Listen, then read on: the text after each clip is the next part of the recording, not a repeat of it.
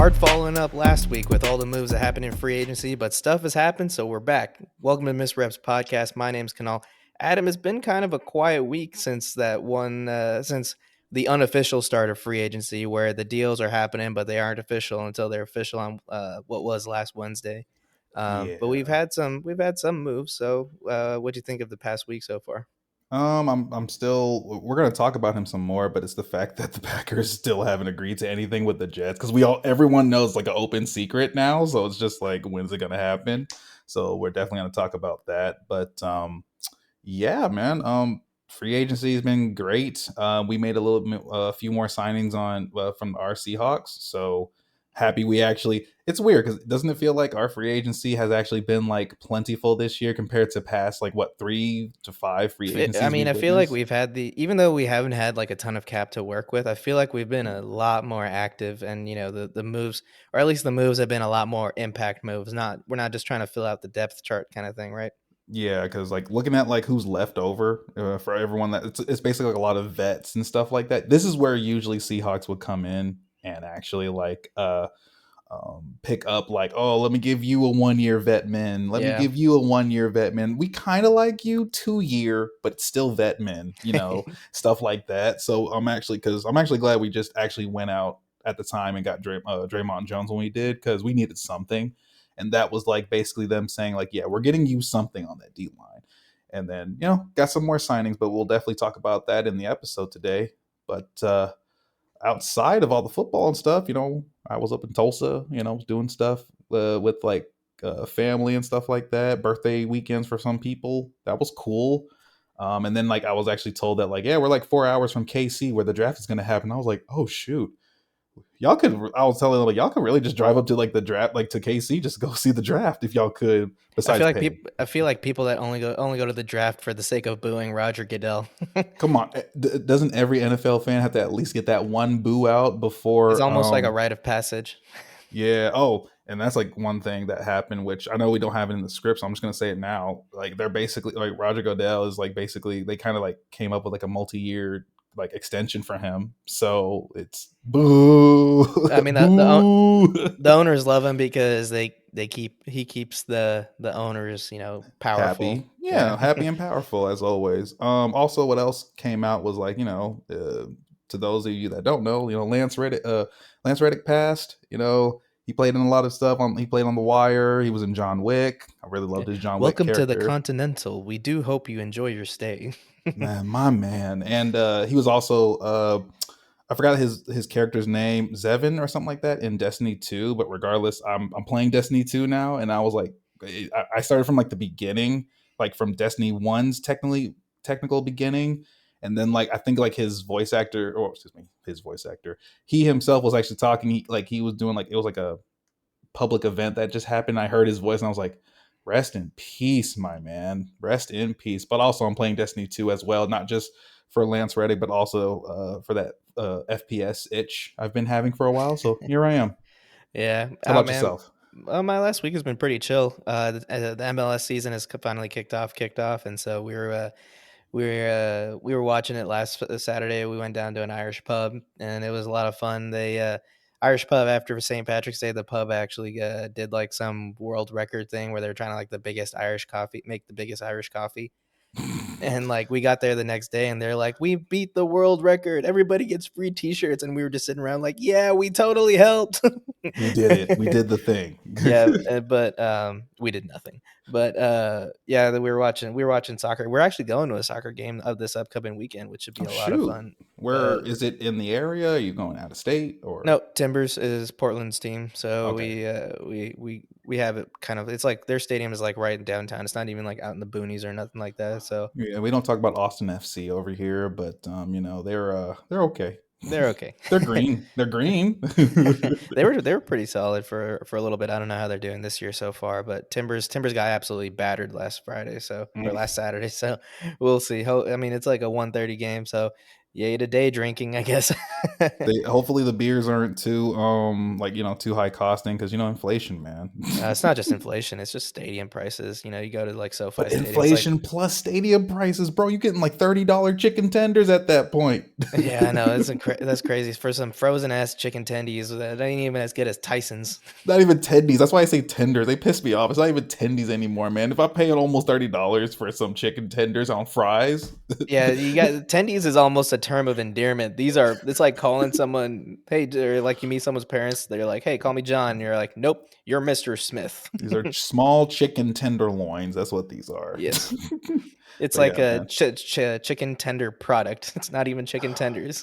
Yo, that's what they do at Trader Joe's. By the way, they don't say almond milk; they say almond beverage because Really? of like it's actually like a law of like you can't say almond milk. So I don't know how they got away with it in like other stores, but like for Trader Joe's, they just say almond beverage. That's what it reminded me of. Yeah, like it's like Kraft singles aren't actually cheese. They're like that's why they're called like American cheese or something like that because Oh it's god, like a cheese product instead of an actual like there's no slice of cheese making, cheese. yeah, there's no like actual cheese making process or something like Oh that in there. man, it's the beauty of the market and what you can get away with the loopholes, right? Oh, for sure. But yeah, man, let's you ready Let's to get talk some Seahawks? let's get right into it. Let's talk Seahawks. You want to start off? Yeah, sure. So, recent signings and re-signings. So we'll start with Jaron Reed. We brought back. Some people would know him. I think we drafted him our first round years I ago. think Jaron second Reed. round. It was a second or I high. think I it think it was was a a high high, second round. high second. Like basically, yeah, at the It was one time. of those years And where we traded down from like the bottom of the first to the top of the second kind of thing. was it? I thought he was a He might Oh, have been on regardless, you yeah. can fact check I'll fact me. check, man. Yeah, but Jaron Reed, we got him back on the as a D tackle, which is kind of like been his main role. I guess he could be a defensive end. But I just don't know who's left on this D line. Which don't get me started. We'll talk about that in a second too. But we got him back on. I think it was a 1 year deal as well. Mhm. A lot of 1 year deals here, except for one. But next up is Devin Bush, former first round pick for the Steelers, linebacker. I heard some stuff from Steelers that he just didn't pan out, but it's not like he isn't. I He hopefully there hope we could talk about this one a little bit because like yeah. the I know thing you is had that some like thoughts on him. yeah, because he was one of those guys that kind of like balled out in college because he went I think number 10 overall to the Steelers, so Yes, he had hot lofty expectations, and Steelers don't usually miss on a draft pick like that. especially for And defense. for defense, yeah, and because guys like T.J. Watt were drafted around the same position as well too. So Right. you think about like the scouting level at that point. Devin Bush was an absolute beast in college. I think he was at Ohio State, and he came into the NFL. He was okay for the first 2 years. He didn't like. I don't think he like absolutely took off, but then he had like an ACL tear, I believe, or some sort of knee injury, It's always and those leg injuries. I think it just like messed with him because like he came back and he just seemed like he didn't want to put in a tackle anymore, kind of like he was afraid of getting hurt again.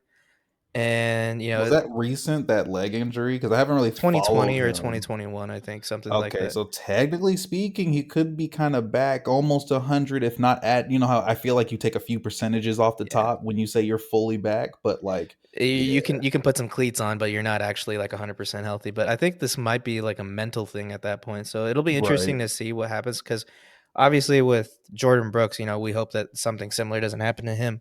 But Well, we need all he the depth on the line yeah, at the he's not going to linebacker be position. he's not So coming back until like the latter half of the season at least because he has an ACL tear himself towards the tail end of last season. Um that happened. Yeah, that happened towards the end. So yeah, he'll probably be back mid season at the worst. It'll be mid season at worst. I think he could be back a little bit earlier. I'm not hoping for a beginning of the season return because nah. I rather him take his time. I'm not going to say right now that the trajectory of Seahawks is Super Bowl. We just need to take that next step from being a solid 9-8 team to like I don't know go to I would say maybe 11, 10-7, 11-6, 12-5 We don't. potentially. I mean, it kind of speaks a lot that we don't have a lot tied up in him. It's only the deal is only worth about a few million, three. I think Yeah. 3.3.5 million somewhere around there. Oh, by the way, Jaron Reed was a high second round pick. Looks like 49th overall. Okay. Um, but yeah, Devin Bush, I think they don't have a lot tied into him. If he might even be like a training camp casualty if he doesn't actually like if a guy comes in, maybe someone in the draft that just kind of wows everybody. You know, he could be a casualty, but we'll have to see what happens. But I'm really hoping for the best because Devin Bush was an absolute animal when he was in college, I hope he playing has a on that. resurgence. I hope he has a resurgence with the Seahawks. We kind of have like a thing where some people come over here, and then next thing you know, they're like a thing, and Yeah, then no soup. and then yeah, right, and then hopefully have a good career. So I hope the best for Devin Bush as well. We need a lot of depth at the linebacker position, and you already know for sure that during the draft we are going to draft at least one linebacker. I don't know how high. I think somewhere like second round, if second round at best, third round at worst. 'Cause I think that's still a position of need we still have because we did not get anybody else for linebacker position. Because I think we let Tanner Muse go as well. We haven't tendered him, but I don't He's a think free agent now, he's a I free believe. agent. Yeah, so I don't think he's actually Yeah, I so don't think that's he's signed with another team, but so yeah, it looks like he's we might be able to get back people on very cheap deals come whatever May. So that's yeah, that's where I we're think at. that's I mean, that's like sounds like kind of like the theme from this second week, right? Is that like the first wave of free agents are gone and everybody's like, "Oh my god, this is insane." And then now Yeah. there's like these guys that are left over where people are just kind of like taking their sweet time with it. And I think this is kind of where the actual market develops for, most of the players that are out there in free agency who are kind of your middle of the road players, right? I mean, yeah, like, on a technical standpoint, Lamar Jackson is somewhat of a free agent, but that's if a team goes out and says we'll Now they're pay his deal and we'll give him a deal, but we'll also send you. You have to send the team it's price two gouging. first We rounders. got to call it what it is, man. Oh yeah, Like it's definitely price it's a gouging for non-exclusive sure. deal. Anybody can come and take can But take let's be Lamar but let's Jackson. be honest here. Like I would give up two Yeah, picks for a Lamar Jackson, especially depending on where my team is at and stuff. And like obviously you're gonna have to. I wouldn't say you're not gonna have to change up your scheme fully like that. I would just say like he can throw the ball. He's proven that enough, yeah. and then he can run I on mean, you as he's proven well. that with no wide receivers. Lamar, the Ravens haven't done him any favors. It's just the fact that, I mean, Yeah, if he's had deep threats. That's literally what his all of his receivers are like.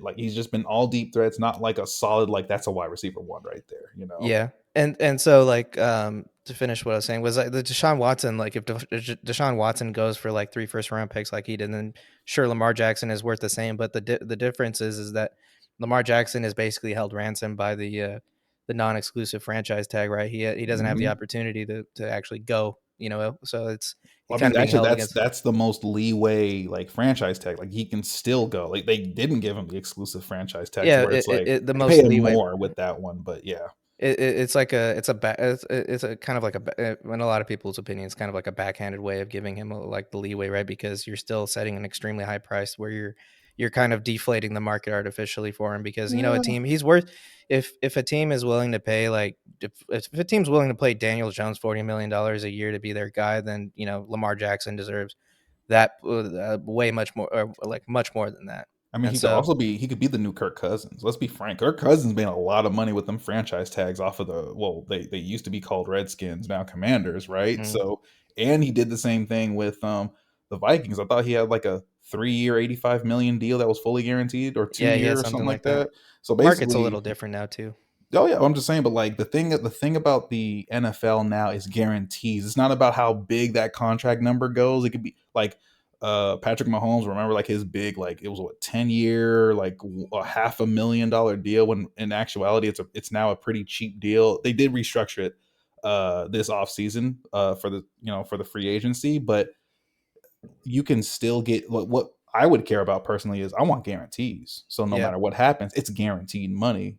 Just like for instance, like our next re-signing, our first re-signing was Drew Lock. We got into a 1 year deal, 4 million, but only 1.5 million of it is guaranteed.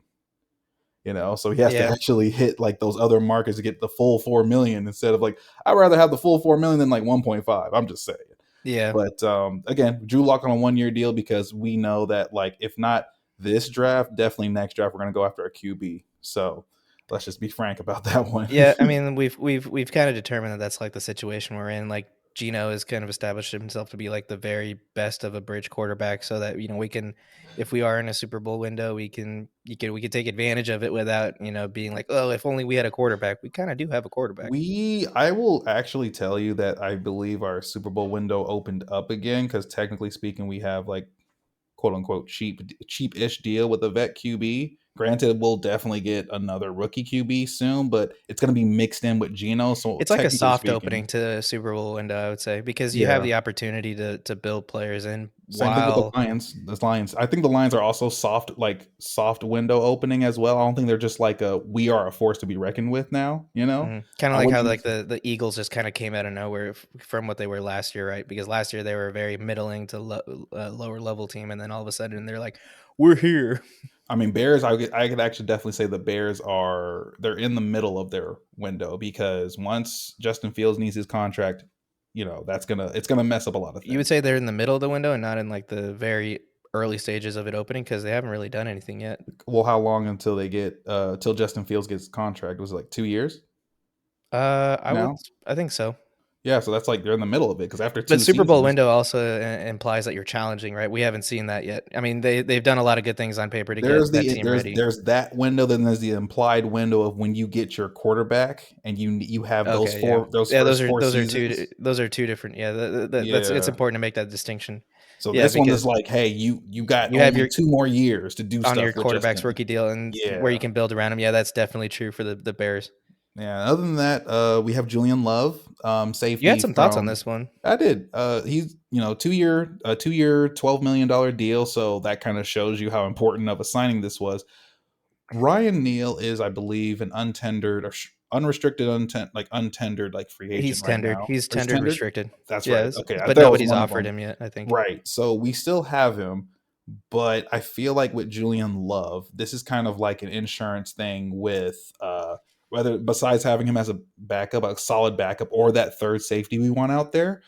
What's the status of Jamal Adams, especially when the season comes around, right? We have besides the training videos, him running and like, hey, I can y'all see me, but it's like, how are you like in terms of like how Jamal Adams plays? Because if it's done, then we can get out of his deal and then we'll put Julian Love at strong safety. Because I don't know if they'll do the whole like put Ryan Neal. I feel like Ryan Neal deserves to get that starting spot, but Julian Love, from what I heard from from Giants fans around, very solid safety. I feel like that's one of those like sneaky deals that can kind of go under, under the rug and stuff like that. But yeah, we'll see what happens with that. What do you think?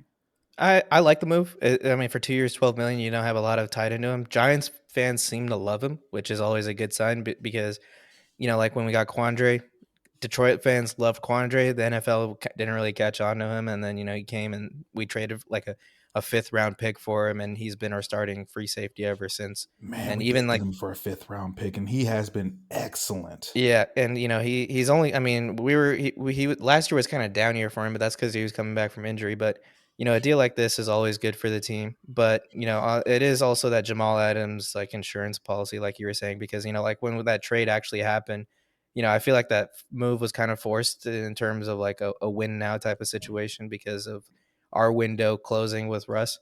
And Yeah. I mean, I've consistently never liked the trading of multiple high level picks for a player because you end up in the situation where you have so much capital invested in the guy that in the situation that like when we needed to offer Jamal a new contract, right?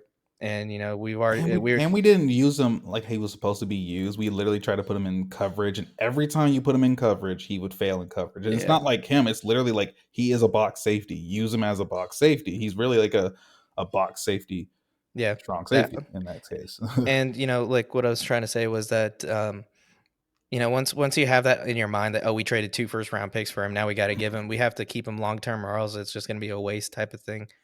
And You so, got a now deal. he got his deal, but now we have to pay his deal, right? And that the money that's tied up in him is money that could have been given to Ryan Neal or Oh my gosh, other. that's true. He's And like so 18. He's got like 18 million against our cap or something like that right now. yeah, So and yeah, that's that. what Oh man. moving forward. I hope we don't try to do like those swinging home run type of moves, and if unless it's like a player like someone that is like, I don't know. Jamal Adams was great before he came to us. I just don't like those type of moves because it kind of puts us in a precarious situation if it doesn't work out. But Julian Love, great player. He's like that hybrid corner safety type of player. He can play free safety, strong safety. He can play nickel in certain situations. It might Mhm. be, when I saw that, our scheme from the get go last year was kind of thrown off because we planned to have Jamal Adams at the start of the year, right? It wasn't really like, we say that we're a 3-4 defense, but it almost was like a 3-3-5. Like we were thinking about playing Jamal Adams in that box like another linebacker, so that he would have been like a fifth defensive back, and You you mean could have three had. two five? You mean 3-2-5, right? Because we 3-3-5 is implying that we had like You're three missing a player in linebackers 3-2. over our three. I've actually faced 3-3-5 defense. It's weird. Yeah, but three Or two five. Then where's yeah, the 11th player? the extra. Well, you'll have your two. So you have your three down linemen, your two linebackers, and you have either an extra DB or some extra DB of some sort, whether it's No, a oh yeah, safety but and stuff. in a 3-2, I mean, okay, yeah, so yeah, it amounts to the same thing as 3-3-5 then. But yeah, 3-2-5 adds up to 10. That's why I was wondering where's the 11th dude? He's Unless we're somewhere. like he's He's we're the so mysterious good. one. Yeah, it's a weird. It's an actual defense called 3-2-5, and then I know there's a 3-3. It's weird. I just sometimes hate defensive schemes at times though. But that's just me. Yeah, I could but be yeah, wrong, no, so my not bad, man. no, that's all good. And then with like it's a good move. This has all the makings of being a good John Schneider, another good John Schneider diamond in the rough type of move. And so we'll Yeah, see how it goes. especially thinking like how long our coaching staff is going to be there and stuff like that. But hey, right now releases, and we got some releases. We released Al Woods. I definitely called it. I knew we were going to release him. I know he was solid. Don't get it twisted. We released like Al Woods, but that's the funny part is we'll get there. But like we released Al Woods. Poona Ford is still unsigned as of today.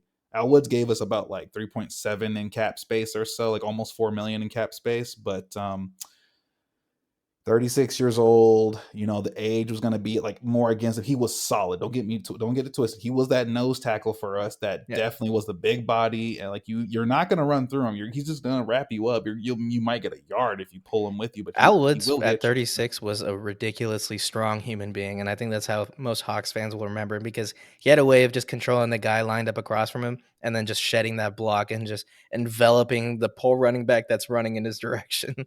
Right, and he was really good. I can't. I mean, I don't know what else to say. Like yeah, no, he was really good at what he did. I just knew that he was going to get It's just released just because it's just one of those things. he, I just yeah, didn't know that we were going to leave Poona Ford unsigned and then release Quentin Jefferson, Shelby Harris, and where the hell is our D line, which is like one of our yeah. biggest question marks I think in the offseason. But I know you had thoughts on that though. no, I was just gonna say I think the most alarming bit, I guess we should say, like that's our entire starting four, right? Or I think for a number of games that was our starting four on our D line. Um, Obviously, Mm. one would rotate in like Poona Ford or something like that. Of those four players, none of them have had. I don't even think they've done any visitations or anything like that yet. Which kind of sent, Yeah. which kind of is pretty telling what the league thinks of the players that played for us last year, right? Hmm. And so Yeah. I think it's overdue. Al Woods, I would have loved if he would have stayed, just because I love having that veteran presence along with If he gave us you the know, hometown discount, I know that it was either that or just go somewhere else and try to he see what you can get. Yeah, and so if he gets his money, he gets his money. If he might, releasing him might be a precursor to him coming back on a vet min. We don't know. We'll see how He's going to things be a turn out. vet min elsewhere just due to his age and stuff like that. And it's how you use him because it's not like he's just like an all versatile defensive tackle or anything like that either. It's literally Yeah, just you put him in there for a 3-4 defense, he's going to be that nose tackle. which is No kind ifs, of what we no need. buts.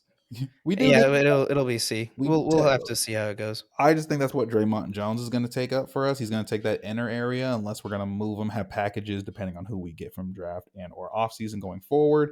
In terms of those formations and stuff. So we have like our D tackle, which um, will technically go into like some of my like what I think for like the draft. But again, before talking about that, at the very least, we let all these D tackles go. But I feel like the D tackle market is kind of just like now it's just like hey, no one's gonna want you now because everything's already like it's sewn up with D, especially with the draft coming up. Like it's really huge on D linemen. So I wonder if we're gonna just get people back on very cheap deals. So we'll see how that goes. But that definitely comes back to even though we have Jaron Reed and Draymond Jones again, but that definitely comes back to like the draft. So with those two signings or of Draymond Jones and Jaron Reed, which are basically D tackle focus, I wouldn't say defensive end. Um, I think that we're gonna pass up on Jalen Carter, especially with recent events of him again, being overweight at the Georgia Pro Day and not finishing any of his like drills and stuff like that. Which It's a red hey, flag. That's a huge red flag. Yeah, huge red flag. I don't, my only thing is like, hey, Jalen, if you're somehow listening to this though, like, I hope you're doing good mentally, personally. Like, I hope you're doing good mentally, especially after all the recent events and stuff. Just get back up again and just be the best that you can be, because it's not like who you are as a person, as a player, just disappears overnight or anything like that. So anyone can get back in. So besides that, I think we're going to probably pass up Jalen Carter for Tyree Wilson, who a lot of people have been mocking him to the Seahawks, especially with the Cardinals still above us at the true number one pick now. So they'll definitely take Will Anderson Jr. unless they trade down. That's the only reason they're going to move from that spot, is trading down, because they're not going to choose no one else but Will Anderson Jr. But I would rather have Will Anderson, or we can take Tyree Wilson, which regardless, Tyree Wilson's a solid player from Texas Tech. I think he's like 6'7". Basically he's tall, long, and just like mean, Yeah. swole as can be. And we need an edge. We did not, as you can tell from what we talked about with free agency, we did not pick up any edge players at all. Like Nwosu was last season, not this season. So we still need that, which is like, I believe they're going for an edge Yeah. for the number 5 overall pick. And for 20, I don't, some people have been saying we're going to go after a receiver, but like in the PC or the Pete Carroll and John Schneider era, we've never gone higher than, I think, 56 overall since taking Paul Richardson at 45 in 2014, if you remember that man. Yeah, he had one good season, but man, that was another guy that was I always mean, one injured. good playoff season. Yeah. But in Wasn't he terms the of one that came up with the catch, if I remember correctly? The miracle catch, or was it someone, another receiver? I remember the miracle catch in the playoffs. which one? I think the second Super Bowl, not the first. That was Jermaine Curse. Oh, it was The Jermaine. one that set us up on the goal line, or like in the on the goal line. Oh, it was Jermaine Curse. But Paul Richardson had his moments though with the team. But Oh yeah. nonetheless, He played his role. we're Um basically not gonna basically draft any higher than we need to for a yeah. receiver, especially with the receiver depth. So that's just all I had. Unless you had something else. Yeah, I mean, like in terms of like draft, it's an interesting one, right? Like you brought up good points that we went after two defensive tackles, and so making going after an edge makes a lot of sense. And if it was Tyree Wilson, 6'7", like a mean man, like I feel like him alongside Nwosu on the other side is just setting us up for a pretty solid, like stalwart defensive like front. Mm-hmm. Um, I would like for us at some point in the draft. I'm not saying it'll be the first round, maybe, because the defensive Mm-hmm. tackle market outside of Jalen Carter is relatively soft, I believe. And so, we don't have to use our second first round pick, but I would like us to go out there and get like a traditional nose tackle. Dramont Jones, like you said, has the versatility of playing kind of like anywhere on that defensive line. But with his ability to pressure the quarterback, he has like that was one of his like advanced metrics, like his ability to pressure the quarterback.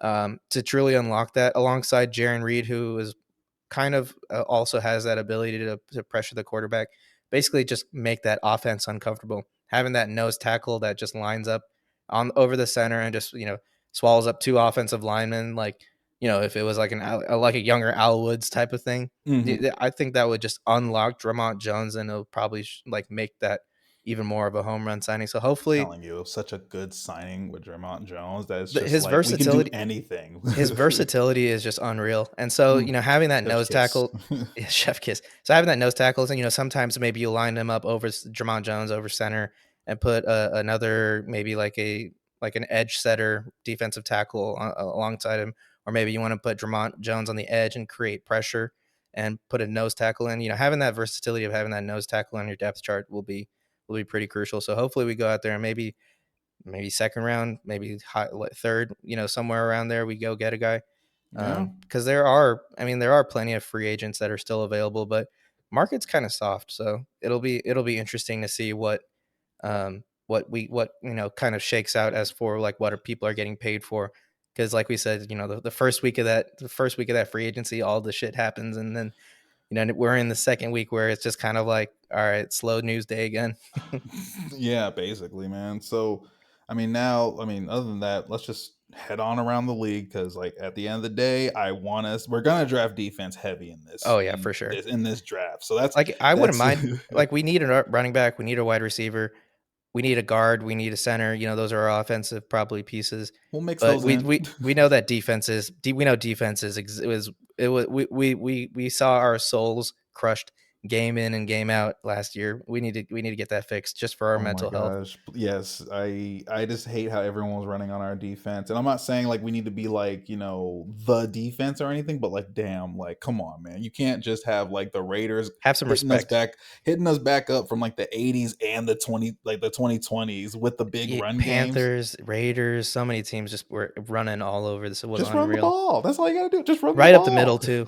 Oh, right up the middle. And then but that's the thing, we even had Al Woods and stuff like that Yeah. out there, and it Elwoods can only do so much. so much, man. But But yeah, let's go around the league.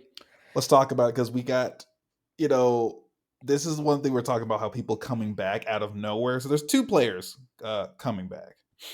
But Let's let go me through the first one. I'll go through the first one. Cam Newton, the man, the Wha- myth, the One legend. one Kamothy Newton.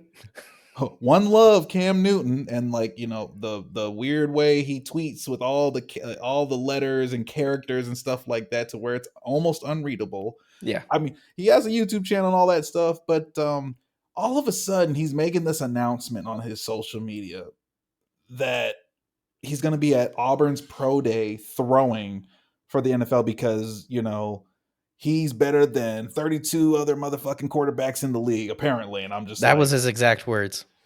I wouldn't say I No, I wouldn't say think that was exactly. his exact It's words. no, his exact words was there like There ain't there's 32 motherfuckers out here better than me or something like yeah, it that. was something like that, basically, to the point where like it's that same thing he did before when he was when he was at the Patriots and stuff. Of there's 32 quarterbacks out there, they're not better than me. Like not all of them are better than me. And I remember some people like even on Pat McAfee's show and elsewhere, they put up like, well, out of all these quarterbacks, who do you think he's better than? And I'm literally looking at it, I'm like, I really just give at like this is my own thing on Cam Newton. I feel like you should just let it go, Cam, or you're just going to be like at best a solid backup. Yeah, Personally, and we've talked about backup, how important backup quarterbacks are for teams, right? You've yeah, always they get had. paid too. I mean, you get paid too, but you always have like a lot of young. If you have a young quarterback, the backup quarterback is often an older quarterback that is kind of like a hybrid coach almost, right? Like he can go in if you get hurt, but he's out there. He's another set of eyes, and he's seeing like defensive formations and stuff like that. He's got a microphone. He's communicating with the quarterback too. I just don't Cam see Newton that and from that Cam. Cam, you don't really see that from Cam. Mm-mm. If Cam wants to go out on a team and be the starting quarterback, anything besides being the starting quarterback is kind of a waste for him because I don't think he doesn't want to be that guy. I mean, the only team I can even think for him at all, and it's a if maybe, is like the Commanders at best. Reunite with Ron Rivera, the guy that That released that's him, literally it. Think about it. Like that's the only connection I think he can get in. Patriots don't want him. but it's the Every same other guy that fired team, him. right? Right, and like every other, so you got to take Patriots automatically out. Carolina's out on him. Falcons are out. Like you can literally list teams that would not take him unless he's willing to be a backup and a backup at best. But he's saying 32 quarterbacks ain't better than him, so he wants to be a starter. So I don't know what you're gonna do. And Mm. it's weird coming out at like a pro day for the draft focus, like for these college players at Auburn. I feel like you're kind of taking Yeah, their can we shine talk about away. that? Can we talk about that? Like, when did this start becoming a thing? Because I I mean, like, don't. I can't say it this is the first time, right? But I've never seen. This is weird that like, is it oh, just he's more going to. profile this year or something? Or I don't know. Don't you have like agents that can talk to teams automatically without having to go through a pro day and stuff? I guess it's like I got to prove something because yeah, I've been out for the past what season or two. I think it's one or two seasons at he best. played But it's last like year, right? Or did he not play last not this year? past season. Not that I Oh no, he remember. didn't because No, his "I'm back" was like 2 years that was ago. two. That was, yeah, it was Yeah, 2020, and then like it was only for a little bit, and then it went downhill. Even it. he said, "Oh, I fucked up at that position. Like I messed up that opportunity." He said it Yeah. himself. He said he messed up that opportunity and stuff, and this is fine. It's just And now he's messing up other people's opportunities to become NFL players, and I by wasn't gonna say it, but you had to. There you go. I mean, it's not like Alabama or Auburn. I don't think Auburn has like a highly touted quarterback that's coming out or anything like that. But it's still kind of you're taking the shine away from players that are trying to make their first cut into the NFL. And if you're I mean, we'll talk about this next player who we think it's a good thing that he is getting a chance out there to shine. But if you're I mean, if you're a player, you're going to this pro day because all 32 teams are most likely there, and so they all, it's your ability to showcase yourself in front of Mhm. all 32 teams. The flip side is if you're ass, then all 32 teams know you're ass. So, just Right. and so just, take it for what it's worth. I mean, you gotta appreciate that he believes in himself, but come on, man, it's kind of just like sad at this point. Yeah, I just don't know. I mean, I support you, but at the same time, it's like I just don't think this was the correct way. I wouldn't mind if he said I'm trying to come back into the league. Okay, cool, that's fine. That I'm not against that aspect of it. It's just the Yeah. why at the Auburn Pro Day. Yeah, let's talk about DJ Fluker because that was the other guy that we wanted to bring up and who's doing something similar. He's at the Alabama Pro Day. He's back down to 330 pounds. I don't know what he was at. I think he was closer to 400 at He one point or was something if crazy not like if that, he's right? 330 now, he was definitely at if not like right below 400 because if see the pictures of him like side to side, he is lean, like he's just big. He's buff, He looks like a slim down. bodybuilder kind of right now. Yeah. And so with this is like an interesting opportunity. Yeah, DJ Fluker is out there at Alabama's Pro Day. Obviously Alabama puts offensive linemen out every year. So, he might be taking away views from other, young players and stuff like that. But the Still weird. difference, It's still weird though. It's still weird though. it's That still weird. you're at a. I do know it's because obviously Cam Newton played at Auburn. He was like their one of DJ their Fluker played at premier, Alabama kind of right, thing. and there was like their premier people, and obviously they were representing the school. So of course they're gonna be like, yeah, sure, come on, yeah, come on down, because I already know it's probably like that, right? Yeah, but the But yeah, difference with the DJ Fluker situation is that he's not the same DJ Fluker that, fizzled out of the NFL, right? We don't true. have any indication that Cam Newton has all of a sudden become a better, thrower or more accurate thrower or, makes better Not with decisions those throwing. injuries or the LaFranc surgery and all that stuff he's had. So Yeah, but DJ Fluker has had a body transformation and he looks jacked. Like that yeah. guy looks like he would bully anybody out on that field. And He is so this 32, so you still got to put the age, especially with like where there's even like offensive linemen on the free agency. They're like 30, 31, 32. So, I mean, hey, the thing is, he could still play. I feel like he could maybe play till 35, especially with like, slimming down and stuff like that. I see at least another 3 years if someone gives him a chance. he's had some I injuries and mean, stuff like that he and can come to the Seahawks on a come cheap back, deal come at home, guard. come home. Come home because we can put Evan Brown at center with him at guard, Yeah. and then we can still draft someone we want and see how it plays out. But I think the DJ Fluker experiment or whatever have you want to call it with the Seahawks is over because I don't know if they're gonna call him back up or not right now because again he hasn't played for like what a season, no, a couple seasons now he hasn't been in the league. Yeah, I think he's been out for a couple. I mean, COVID just kind of threw everything a wrench and everything. Oh man, COVID man, And that's so what. I think yeah, once he kind of lost control of his weight, he kind of like fizzled out of the NFL, but he's a player I'd like to see come back, especially because he put so much effort into it. So, when you see someone putting the work in to try to make a comeback, and I don't think he has a terrible injury history. I think he was pretty solid. He might have had like one of those minor injuries here or there, but he hasn't had anything substantial if I recall correctly. You can fact check Yeah, me. But, I hope he gets a job in the NFL because you put that level of work in, you hope that it actually pans out because he was serviceable for us when he signed with us. He wasn't like atrocious. I will say, speaking of us, once again, real quick, I'm just finally like seeing this as we were talking. Of course, so with the signing of like Julian Love again at safety, we know he's going to be that strong safety. We obviously, for some people that are probably asking to themselves, what happened to Jonathan Abram? Yeah, he's about to sign with the Saints. I think on a 1 year deal. Uh, I'm assuming a 1 year deal His anyway, but fourth team in one season in 1 year. right. And like the experiment, the Jonathan Abram experiment is over. We gave him 4 games. If anything, that's the whole point, right? At least give them a chance to showcase themselves. And he actually did, especially when we were going to the playoffs and stuff like that, too, Mhm. right? So, hey, hopefully he can just get like a team that he can like, entrench himself in. Cause I feel like the safety room at the Seahawks was too crowded anyway. So, Yeah, and you got Dennis Allen over there in New Orleans, so it'll probably give him some level of security yeah. So, or yeah, some level of mentorship at least because he's this a first round talent. I mean, he's usually those guys don't fizzle out that badly, but he hasn't been able to stick with one team I yet. think everyone knew he wasn't going to stay. Like we picked him up off of waivers, but everyone knew he wasn't going to be like. I don't think he was going. to Not saying he couldn't have been a Seahawks stay. It's just that what we did with free agency so far, he's the extra man out, and there's no Mhm. point in throwing a contract at him. But speaking Yeah, of contract, would you like to go through some stuff, some moves that happened since last week? we got one thing that we need to talk about before we get there. Mm-hmm. So it's not a week in the NFL news if we don't talk about Aaron Rodgers. I was trying to skip over this man because come on, like I actually like we can go through this really quick, but Aaron Rodgers, you know, he has his weekly segment on the Pat McAfee show. I think it's yeah. every Tuesday or Wednesday. Mm-hmm. Came out, said he wants to join the Jets. You know, it's just the Packers and Jets are working out their arrangement to send him over. Mm-hmm. There's one bit on there that I think kind of stuck with me, which was that, you know, there one thing that we talked about last week, we kind of fell for it, or at least or bit into it pretty heavily too, was, you know, he's already given the Jets a list of demands, or, you know, a list of players that he demands that they sign or trade. Mm-hmm. And, you know, even the memes are coming out where, you know, they were saying that, you know, that Aaron Rodgers is currently quarterback for the Jets, but he's also quarterback for Packers, and he's GM for the Jets, you know, wow, or something like that, and owns the Bears or something like that. Yeah, and But he's the owner of the Bears.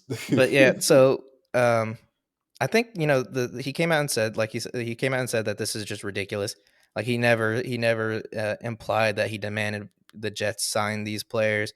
The Jets Okay, came to him. okay, but Alan Lazard went there though on like a pretty hefty deal. So what does that mean? I feel Alan like was there's some truth to that room. It may not be completely true. There has to be some truth for Alan Lazard to end up on the Jets. I like so this is what I was gonna say, was that I don't think that Aaron Rodgers said that Jets came to him and asked him for players that he likes. Like, he's already come out and said he wants to join the Jets. He'll join the Mm-hmm. Jets whether they get Odell or not.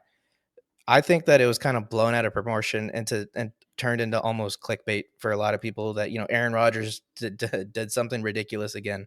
And I kind of feel for him on this one, because I fell for it. You know, when that list came out, I shared the memes, you know, with you guys and stuff. And it kind of just it's just kind of it's kind of the place we are with the NFL media right now in the off season, right? Mm-hmm. Yeah, pretty. I mean, I love the memes because let's just be frank here. The man, like Aaron Rodgers himself, is like a meme at this point, almost like himself, right? Like he went into total darkness, so he had to come back out to say like, "Get Alan Lazard," and goes right back into darkness or something like that. Yeah. But I fell for it, I guess too. But like, I do love the memes that came out. Like, it was like the best meme I saw was like Aaron Rodgers complains of not having a wide receiving core at the Packers, but yet when he goes to the Jets, I want that He- same wide receiver yeah. core. Even Pat uh, McAfee was like, "You want Jordy Nelson?" I think it was Pat McAfee. He wants Jordy Nelson to come out of retirement and join the Jets and stuff like that too, oh my which is gosh. fine. But, like, you know, he justified each guy that was on that list as to why he wanted them, like why he would prefer to play with them, because in terms of like personalities and, you know, work ethics of the guys that he's worked with personally, like, he knows that those guys come in and work hard every day, But you and got they're to tell great for the me, locker room. what the best meme that came out of this whole thing with Aaron Rodgers, though, man. Because I have a comment on it, but I'm gonna let you introduce that one if it Which hasn't for people. Yeah, Oh yeah, I think my favorite one was he said it on Pat McAfee's show as well, right? Where he was like, Adam Schefter's. I don't know how he got how he got my phone number. I think it was Schefter, right? Or yeah. was it Rappaport? No, it was. Oh, it might have been. Oh shoot, was it Ian Rappaport? It might have. They both give me like they I like don't think Ian they're actual Rappaport. people. I think they're both AIs. Right, I think they're you're right. I feel like they're both AIs. I think it was Shefty though. Yeah, okay. Where With this one, I'll for just roll with yeah, that one. the best meme that came out of this was that Schefter messaged him, you know, asking him so and so, and doing, you know, Schefter, you know, smarmy things. And Aaron Rodgers flat out told him, "Hey, lose my number." Oh, and did you? And I don't know if you saw it, but like there was literally already within the same day, like people were making shirts and stuff of it. And I think it Yeah. was Adam Schefter literally retweeting saying it was He Schefter because I confirmed do. it too. He shared a screenshot of Yeah, it. he shared a screenshot of it, one, and then two, someone made a T-shirt and he was like, "Can I get a shirt? Like, let Yeah. me get that shirt real quick." Because like, I mean, everyone knows that like Schefter is supposed to be like they're like he's made deals to where he can do what he does like with his like he's filthy at it. Don't get me wrong, he's a filthy man in the journalism scene with like what he's doing, but Sleazeball like is, I think, like the yeah. yeah, like he's made his deals to get. That's why it's like I can understand why Aaron Rodgers is like, yeah, just lose my number, bro. You're not getting anything out of me. Because Yeah. like, how do you just pop up at, hey, it's Schefter. I just want to know what's the deal with the, da, da, da. I'm not gonna talk. Why would I Yeah, talk why to would I you? talk to you, dude? It's like, I might as well just Also, tweet it and at this point. Aaron also thought of at the time, like, you're not gonna do me like Tom Brady. Oh yeah, for sure. And, you know, Oh man. it's I think Yeah, Shefty's definitely got like that sleazeball mentality, but you got to admit it is the ultimate flex whenever he's tweeting a move where he's like, "Oh, let me find one. Orlando Brown Jr. signing with the Bengals per me. Like I am the source. Like I I am am the him." source. But he's all. I mean, that guy's. You get the sleazeball type of vibes. Like he's definitely had his TMZ moments, but I mean that's the entirety of the story. Nothing's really happened with Aaron Rodgers and the Jets so far. I mean, if you're the Packers probably want like high picks out of it, right? Yeah, pretty much. Because basically, like the reason why nothing's come out of it yet is because again, like Packers are like, hey, we have a player here that's saying he said it himself. It's not like we're just touting our like we're just touting like on our Twitter saying like he's the best Packers franchise player ever. This man said he is. You saw what we went through with him. So what you're gonna do is give us like first round picks out the ass if possible.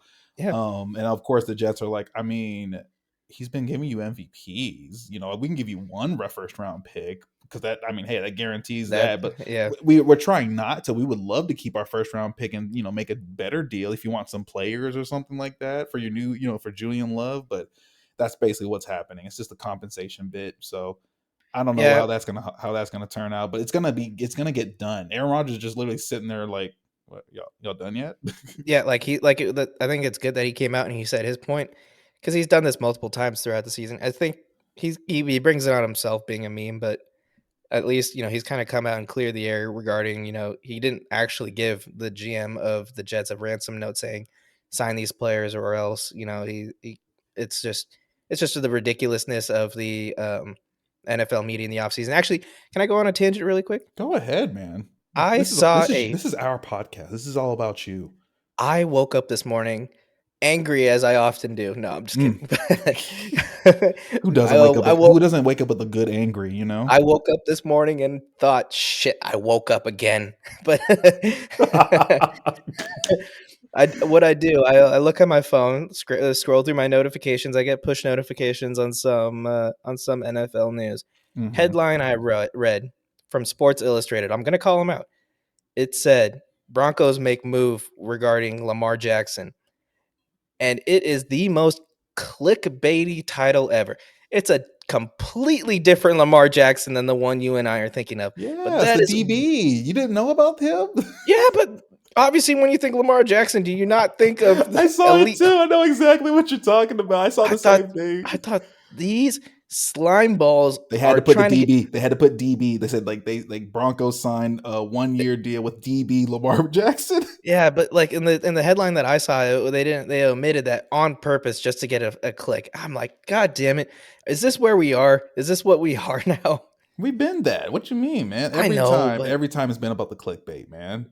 yeah, I guess, but like they had the opportunity on capitalizing on a player whose name was also the name of an elite quarterback who we're all trying to figure out what's going to happen with him. Is he going to stay long term, or there's actual tension regarding that situation.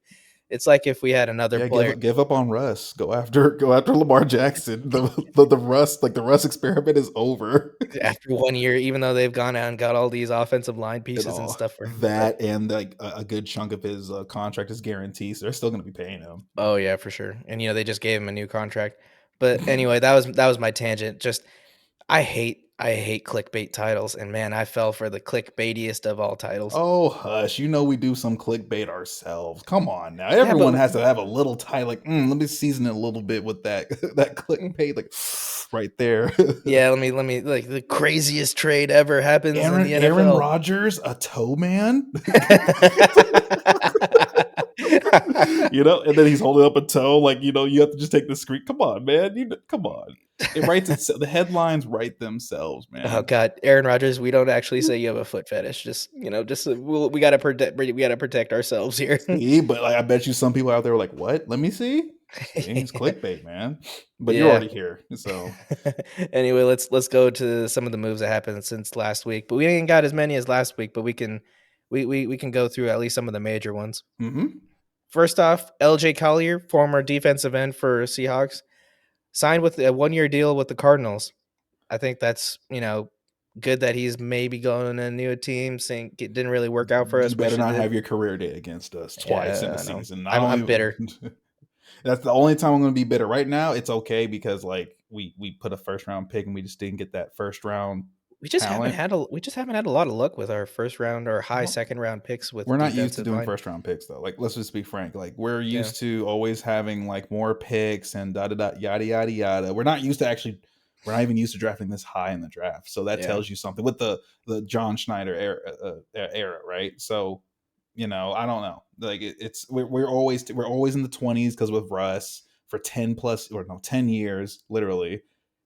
So yeah, you're not going to see us making the best like in the 20s like picks and stuff like that. We've passed up on some good players too, Mhm. Yeah, but for it'd be sure. like that.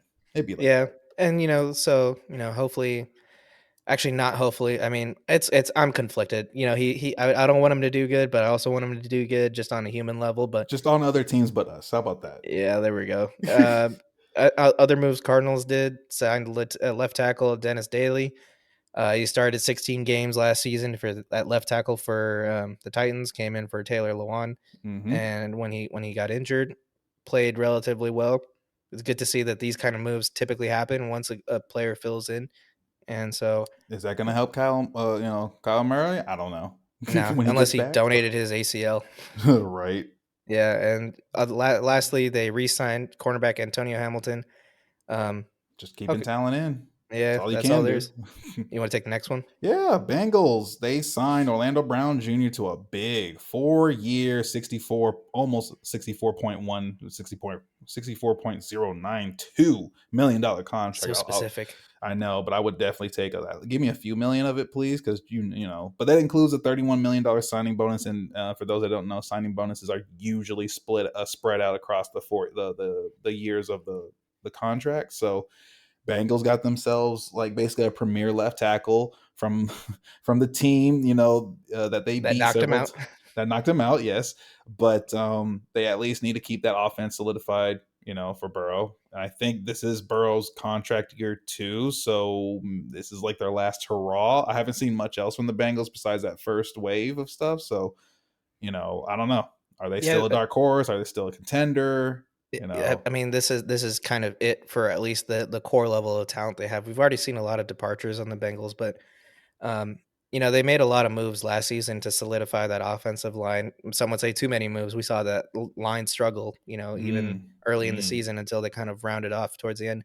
In terms of like advanced metrics and stuff like that, I was trying to find like how like sacks given up over expected and that kind of thing. And mm-hmm. they didn't actually really improve last season over the prior season um, significantly, despite putting a lot of money into it.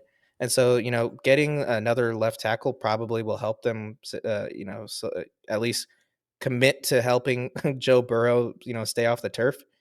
But I think it'll take a lot more than just signing one more player. I think it's probably something to do with scheme at this point. Yeah, go ahead, take the next one.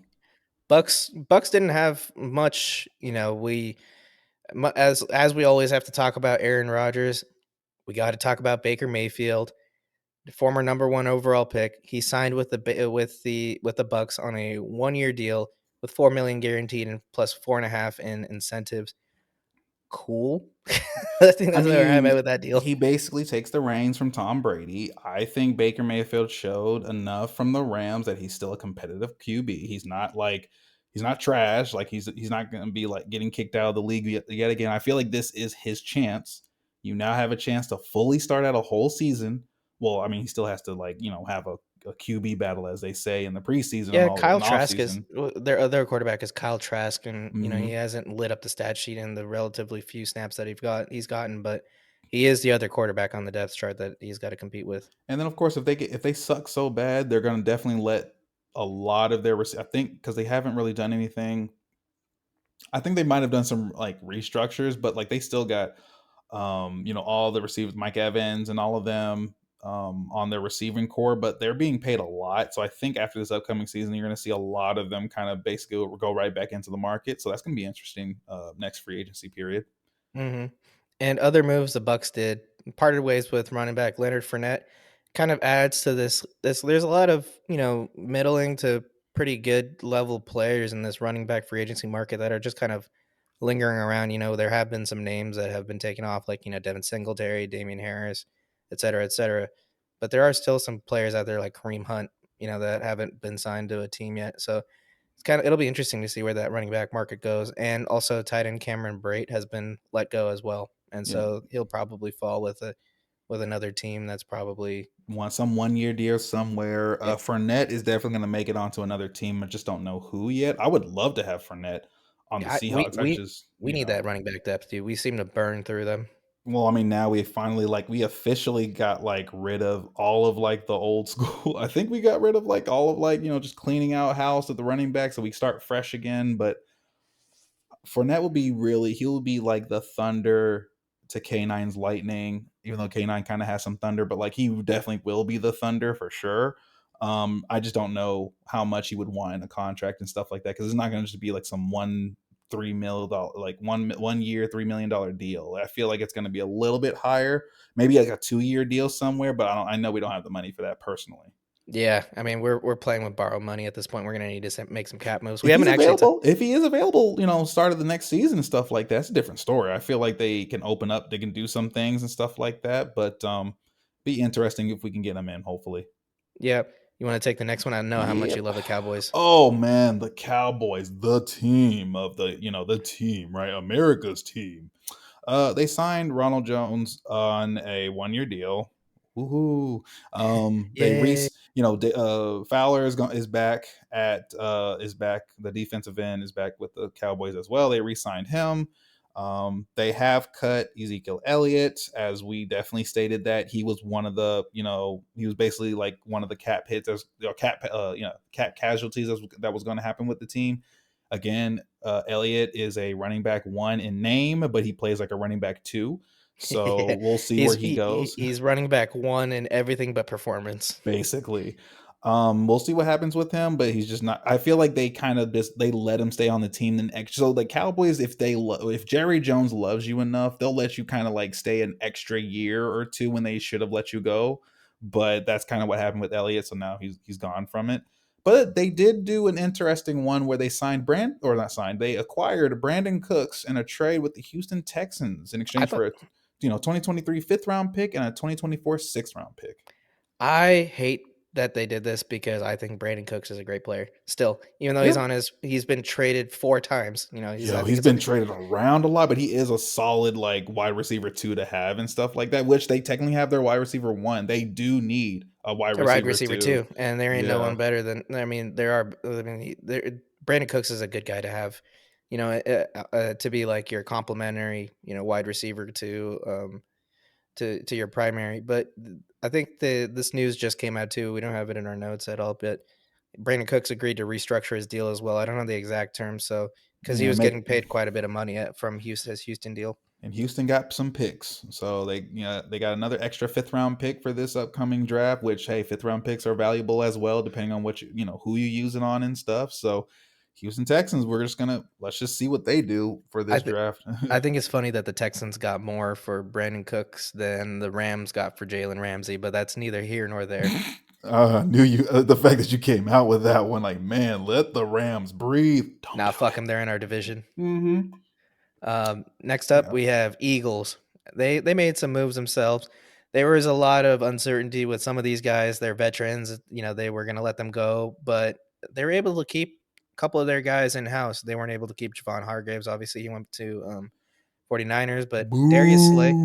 Darius Slay did this whole thing on Twitter where he thanked the city of Philly, and then like the very next day he signed a 2 year like lucrative deal. I don't have the exact terms with me, but I think it's somewhere in the ballpark of 15 to 20 million over 2 years, Yeah, that was a or whole yeah, per year thing. over That two was a whole years. thing where everyone was like, "Oh, Slay is leaving because yeah, he did that post." And I think like it even came out like with Schefter and stuff like that. Oh, the Eagles couldn't sign Slay, so he's a free agent and stuff like that. But then it's like, well, actually, the Eagles weren't really official on him, and they were like, "Hey, big head, come on back. We'll give you a little bit more.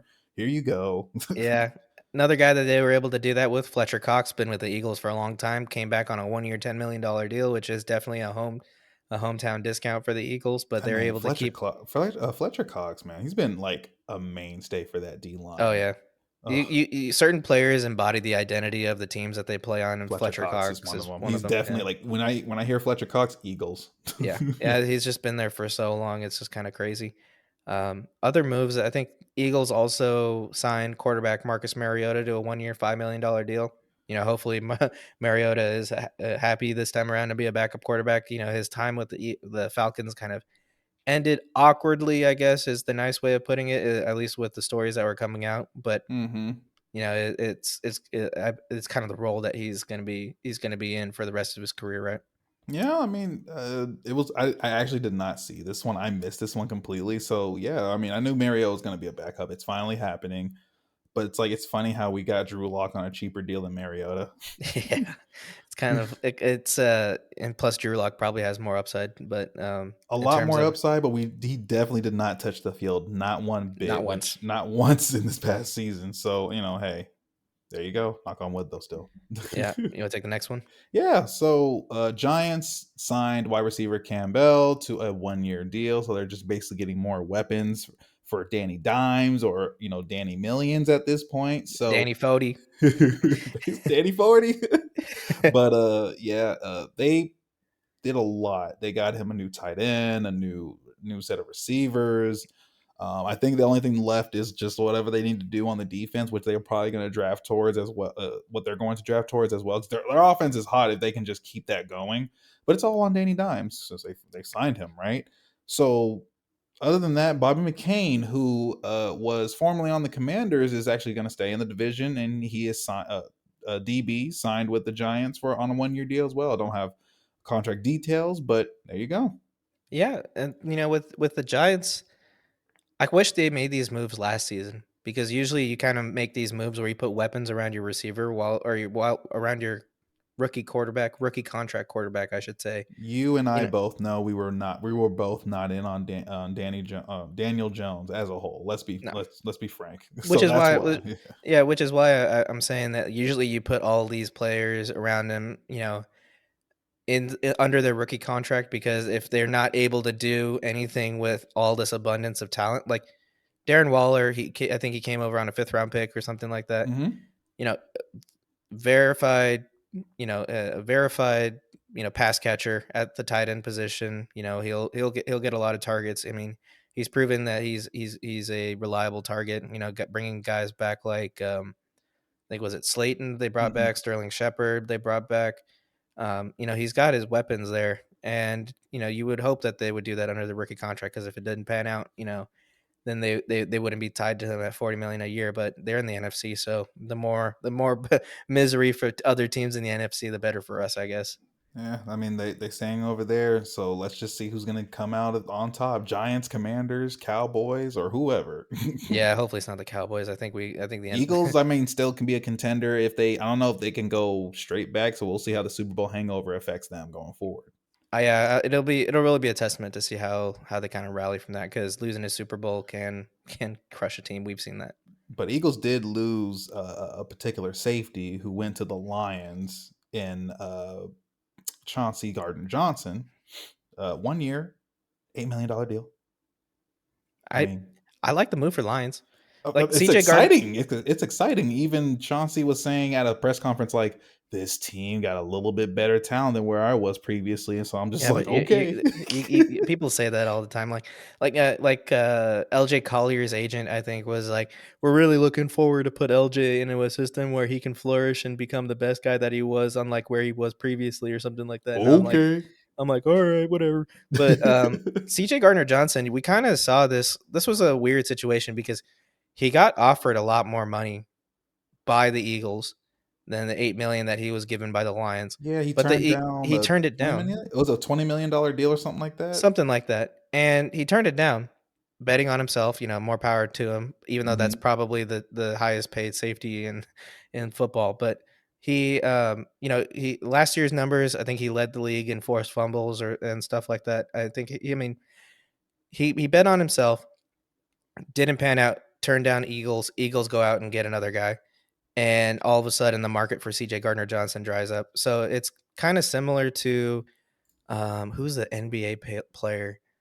Dennis Schroeder, like Dennis Schroeder on the Lakers, he was offered all this money. He turned it down thinking that he was worth more, and then Lakers let him go, and then he gets like a 2 year, $4 Ready, million test dollar the deal. So market. The market isn't what he thought it was for a safety, yeah, and then boom. it's just sometimes that happens, but The headlines are always when the disparity is high in the situation, the disparity is high. But Lions are getting a good player, man. Lions are making so many moves on defense. They're I, gonna be so fun to watch. I forgot who their safeties were this past season. I feel like I knew one of them, but at the Was same it Quinn time, one of them or one of them? I feel like it was. But regardless, I feel like after this, if he can just do the same thing, if not similar to what he did to the Eagles, he'll definitely get like a multi-deal, like another 2 or 3 year deal out of them. So I I'm so stupid. I looked up. I was trying to fact check the Detroit safety depth chart, so I yeah. typed in Detroit safety 2022, and I got fucking violent crime numbers. No. Oh Lions man. safeties. But anyway, But yeah, I think oh, he's Kirby gonna Joseph. be. That was the big one, I I think. heard Kirby Joseph. Yeah, he was good, but I don't know who their other safety was. Like their strong is Kirby Joseph their strong or their free safety? It just kind of says safety here on their depth chart. Who's the other safety? I guess. Well, there's two safeties because I know they have to put both of them on the thing. So Yeah, regardless, I do. Okay, so that's who the one. That's the one I remember off the top of my head now, but not the second one. So they basically need like to fill in, fill in the other safety position, which they did, and they didn't they also pull in like a corner too? Was it Cam Sutton or that was someone else that got Cam Sutton? Cam Sutton went to the Lions as well.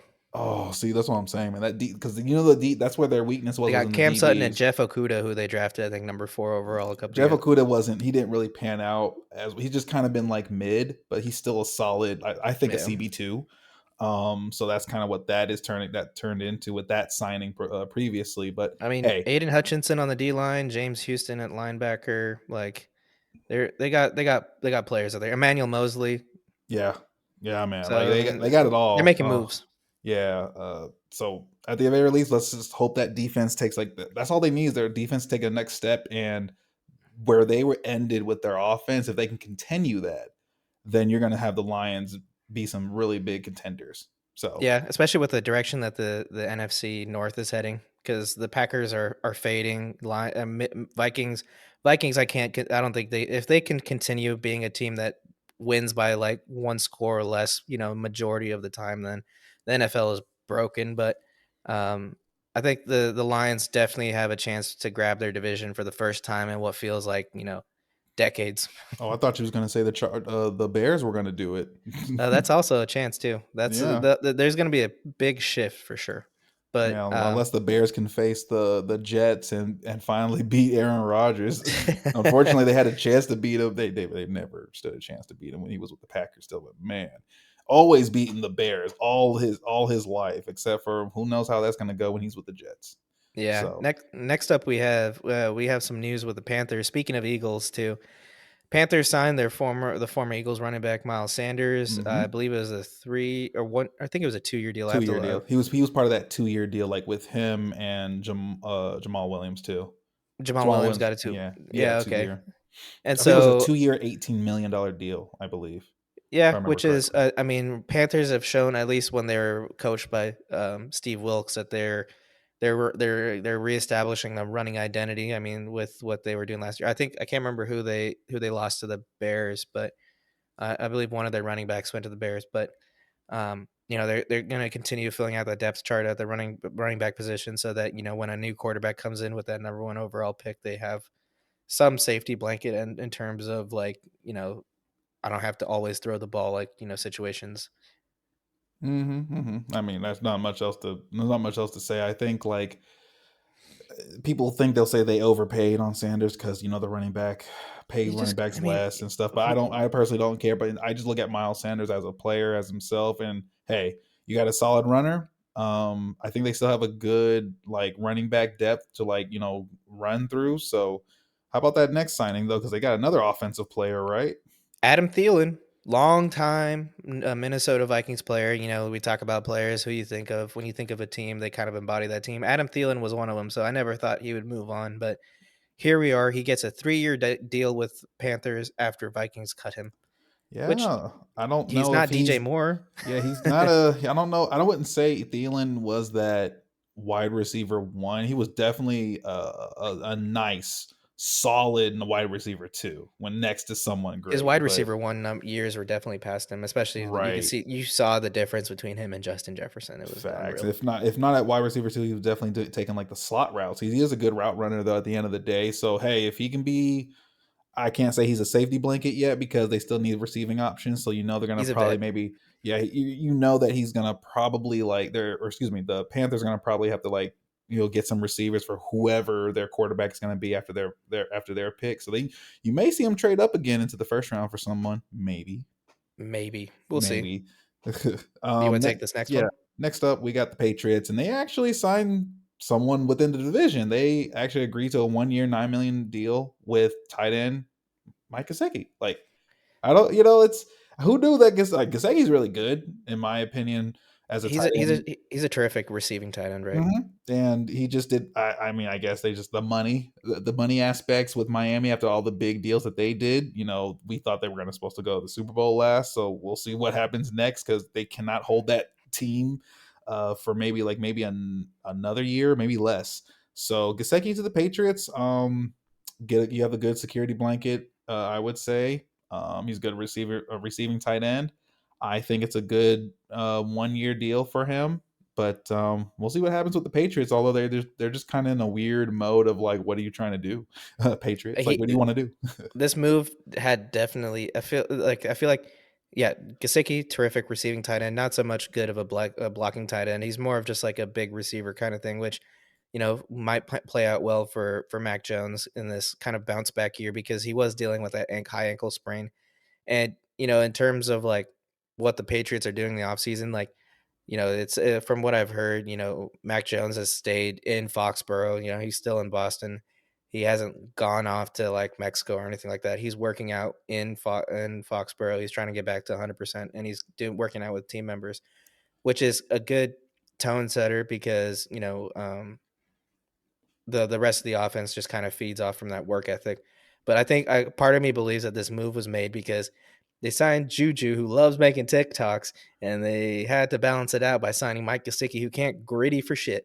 Damn, that's true. There's always a balance in the force, right? Because Bill Belichick was like, I gotta go get like another tight end, and then tight ends on the TikToks and stuff like that. So, Yeah, I think it's still solid. He'll see the Miami Dolphins twice a season, so we'll see how that all goes. it doesn't make up for the fact that they let Jacoby Myers go for free, basically. But maybe this is a precursor for them. They're one of the teams that are considered like favorites to go out after DeAndre Hopkins because we know he's being shopped around. Right. And then, there is another tight end that, was signed for another 1 year, $9 million deal, and that was with the Texans. They signed Dalton Schultz from the Cowboys, which again, Schultz, for those that don't know who Schultz was, he was a solid tight end for the Cowboys. I think it was just one He of was the he was Dak issues. Prescott's best friend, dude. Like Yeah, we all know. Like he isn't like the run after catch kind of tight end. You just throw it to him, he's gonna catch it and he's gonna go down with it maybe after a yard or two or something like that. But um, he's at least still gonna be a solid. That is like the definition of a security blanket for whoever the quarterback that's coming to the Texans. He's gonna be your best friend. yeah, and Cowboys have this tradition of having like those security blanket tight ends. Like Jason Witten was obviously there for a ridiculously long time, and whoever the young quarterback is that's coming in um for the Texans are going to benefit from it hugely, Hmm. bigly, if I'm using fake words, but yeah, it's good because like we said, it was Dak Prescott's favorite target. I mean, yeah, he's got Brandon Cooks now, but nothing beats a safety blanket tight end. Facts. I mean, that's pretty much all he is at this point in his career. So just is what it is. Yeah, and Texans also added former Bills running back Mike, almost called him Mike Singletary, Devin Singletary on to their backfield too to also give that kind of running back depth. We Um, knew he was going to be out from the Bills. Like he wasn't like, especially the Bills, like they're a passing system, just like the Chiefs. So it's not like they need a mainstay running back. Plus they got James Cook over there too, so he can help take the reins. But I think they signed, if I remember correctly, I know sign another running back, but regardless, they're just going to have Yeah, I a can't remember who it running back is. by committee, in that space. So Yeah, let's be real. If they sign a running back, he's not going to be running anyway. It's all going to be going through Josh Allen. We kind of seen how that offense can flourish and it can also be limited. But Texans, let's talk about Texans really quick. They've made a yeah, lot of moves in this offseason already, haven't they? they have Like I don't to. have Yeah. an official count on how many players. I think it's somewhere in like the ballpark of like 11 players they've signed in free agency. Basically both the Bears and the Texans, because they have no one on their teams. They don't have any big signings. They're going to be one of the two teams that sign a fuckload of players.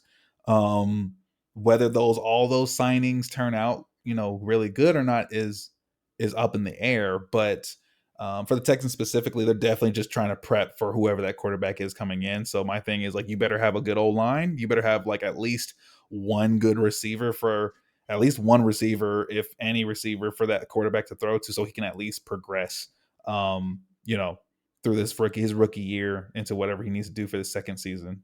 You mentioned O line, and that actually just reminded me. Let me pull up their free agency tracker.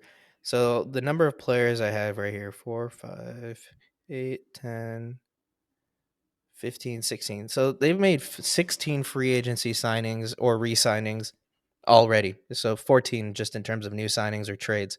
Mm-hmm.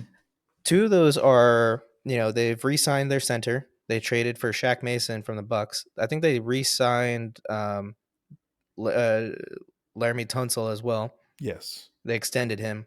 So Mm-hmm. they're really solidifying that offensive line.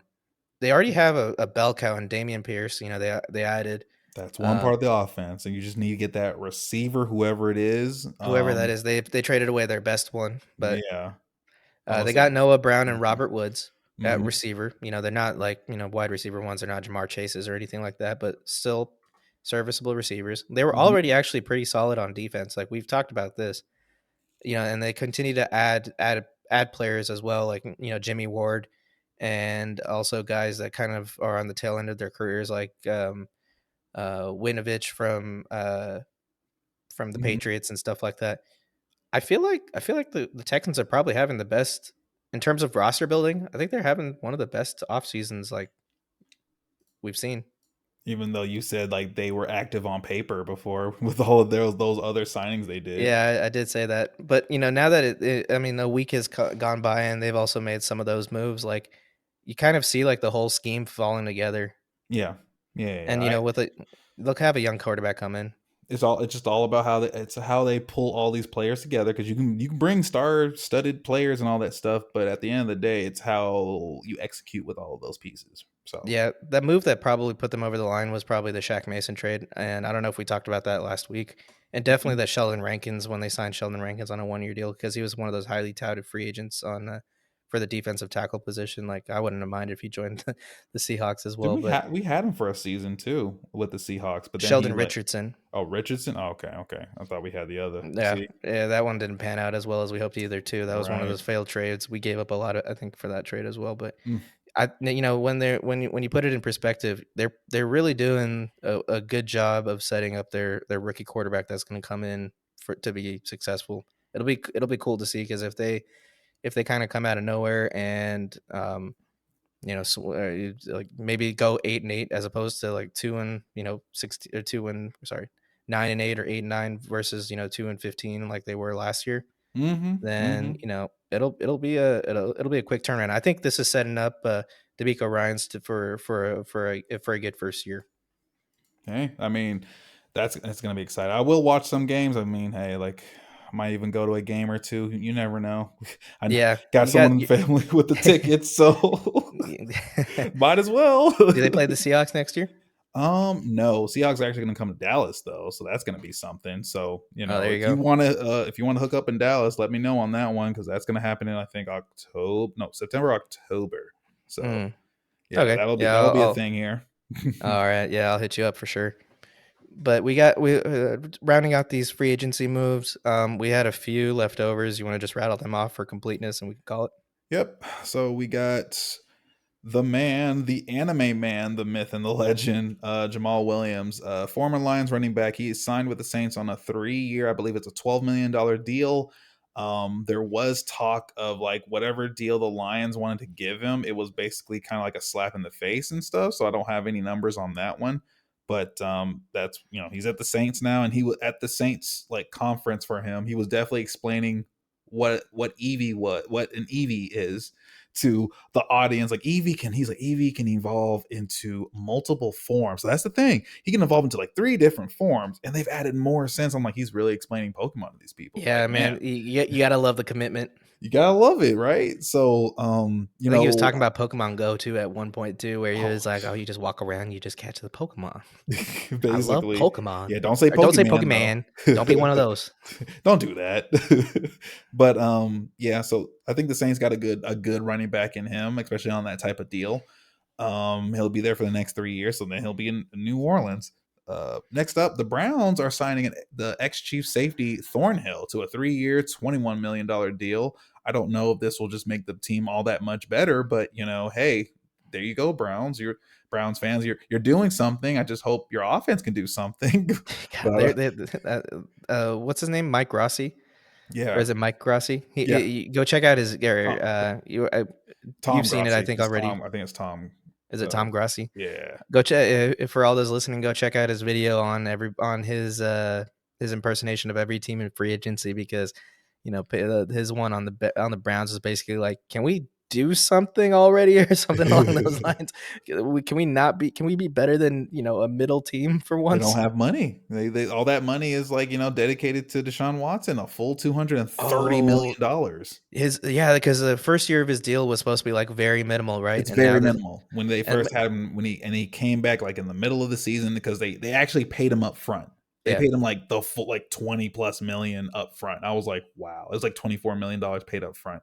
So just for that's like why the their cap cap was benefits low. or whatever. Yeah, But but now now he's getting full like I think it's like guaranteed 30 salary. something, 30 something this upcoming season, fully guaranteed.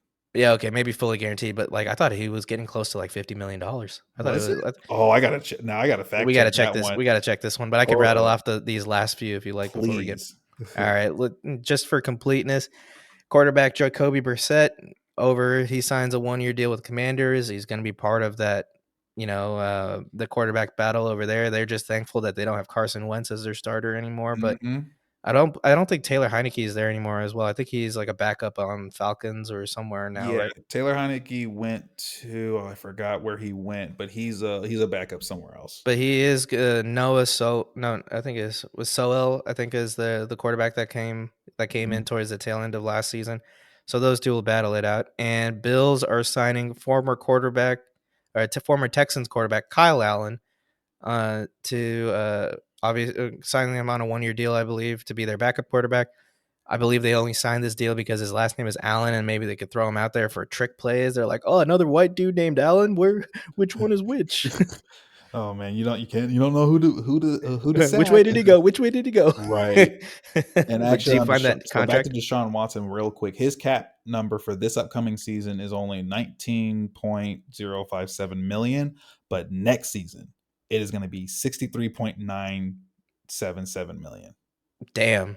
So this is if Browns are trying to make that Super Bowl run, it's gonna have to be this season only, or Browns fans, you are going to be in cap. Well, I wouldn't say cap hell, but this I wouldn't say cap Extreme hell. difficulty. Yeah, extreme difficulty in trying to when Can you're we paying your quarterback 63, like when he counts to over, let me see.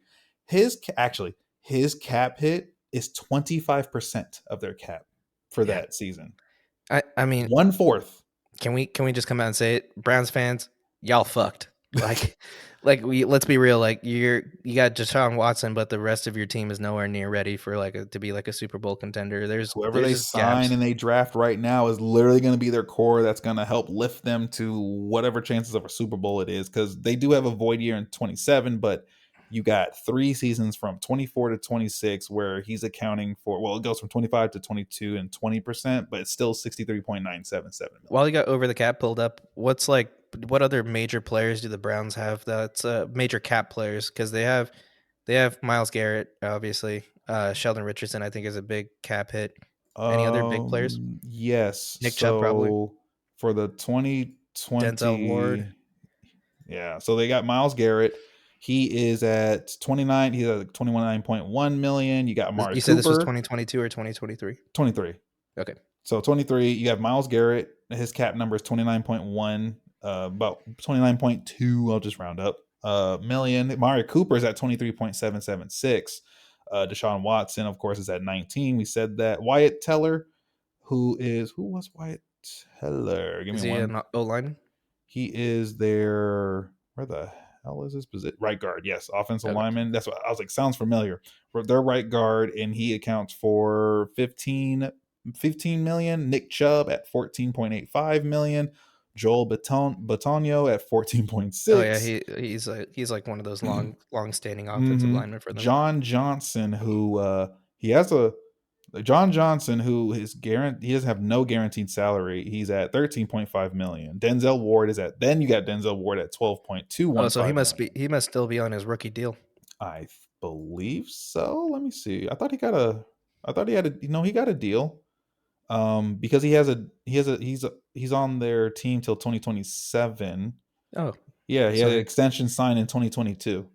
okay. When is So what is this? Can we? Does it say like 2024 number for Denzel it Ward on there? was he received a 71.25, well, hang Okay, on, so it that hasn't was really kicked the in yet. 5-year extension worth 100.5 million on Okay. April 18th, 2022, if you remember that signing. Yeah. 71.25 of it was guaranteed, of which 44.5 million are fully guaranteed at signing. So that's like his signing bonus there. His cap hit will be higher next. Oh yeah, they're basically going to get into cap hell because it's 12.215 this season, but next season it's 23.6. Saints 2.0.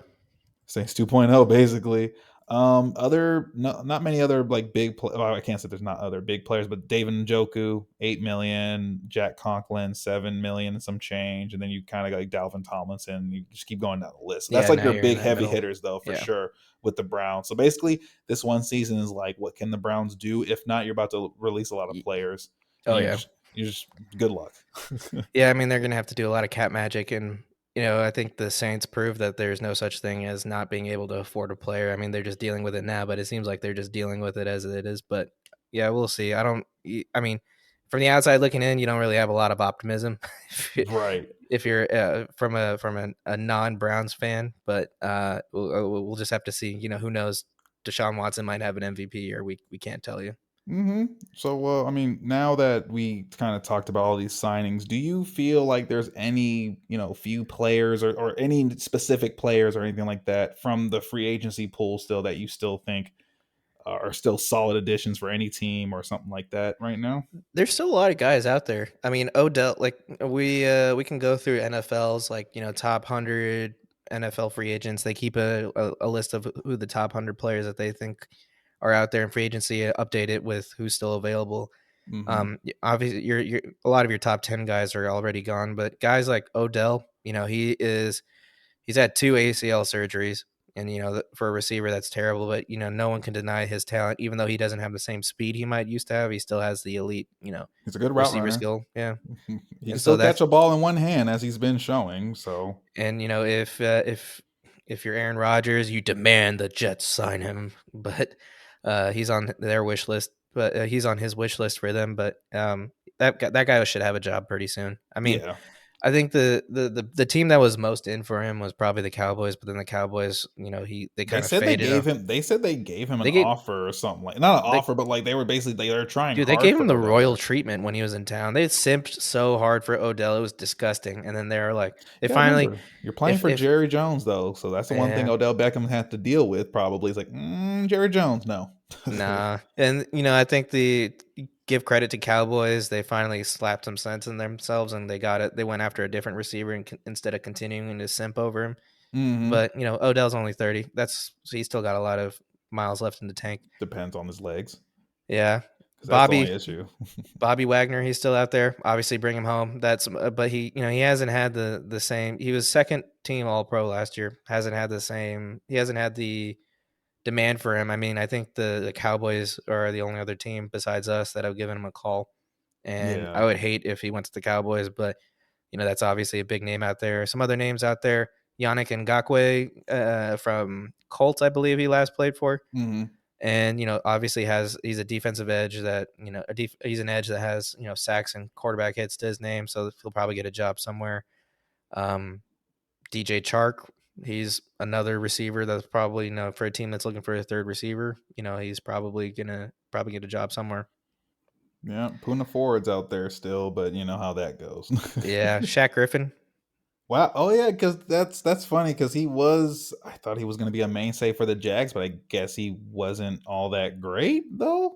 Yeah, Because I guess he just kind of didn't pan out. He lost his kind of mojo. Because I don't know. the other corner I think they have is like solid, right? I can't remember Yeah. They're definitely solid. I forgot who it was. I'm gonna look his name up really quick. Yeah. But AJ Bouye, or Andre Booth. was it Andre Booth? Andre Booth Jr. is not on the Jags. It's So Monteric, I'm just gonna read off their yeah. Go cornerbacks. ahead. There's Monteric Brown, Tavon Campbell, Tyson Campbell, Chris Mm-hmm. Claybrooks, Trey Herndon, Mm-hmm. Gregory Jr., Darius Williams. Those are their cornerbacks. I thought they Mm. had. I I guess don't they're know. just being young at the position, I guess. But Shaquille Griffin, I mean, we did let him go as well, so there's something to say about that. But again, he's only 28, so I feel like he'll be like a good vet fringe. I give him that fringe CB1 if you don't have anyone else, but he's a good solid CB2, at best. So, um, hey, I can see someone picking him up at some point. Yeah, and there are other corners out there in the market as well, like Rock Yassin, Marcus Peters. They're all kind of in that same similar age group as well, 27 to Hmm 30. So the cornerback market, the first crop is kind of whoever teams wanted that first crop is kind of gone at this point. And It's just a lot of old vet. Well, I say old, but like you have a lot of just vets in their 30s at this point. I mean, you even have Jadavian Clowney out there again, but we all know like the limitations of Clowney. Um, Calais Campbell and Justin Houston are out there as well, but they're in that ultra vet. 37 and 34 and 37 Yeah, something respectively. like that. Yeah.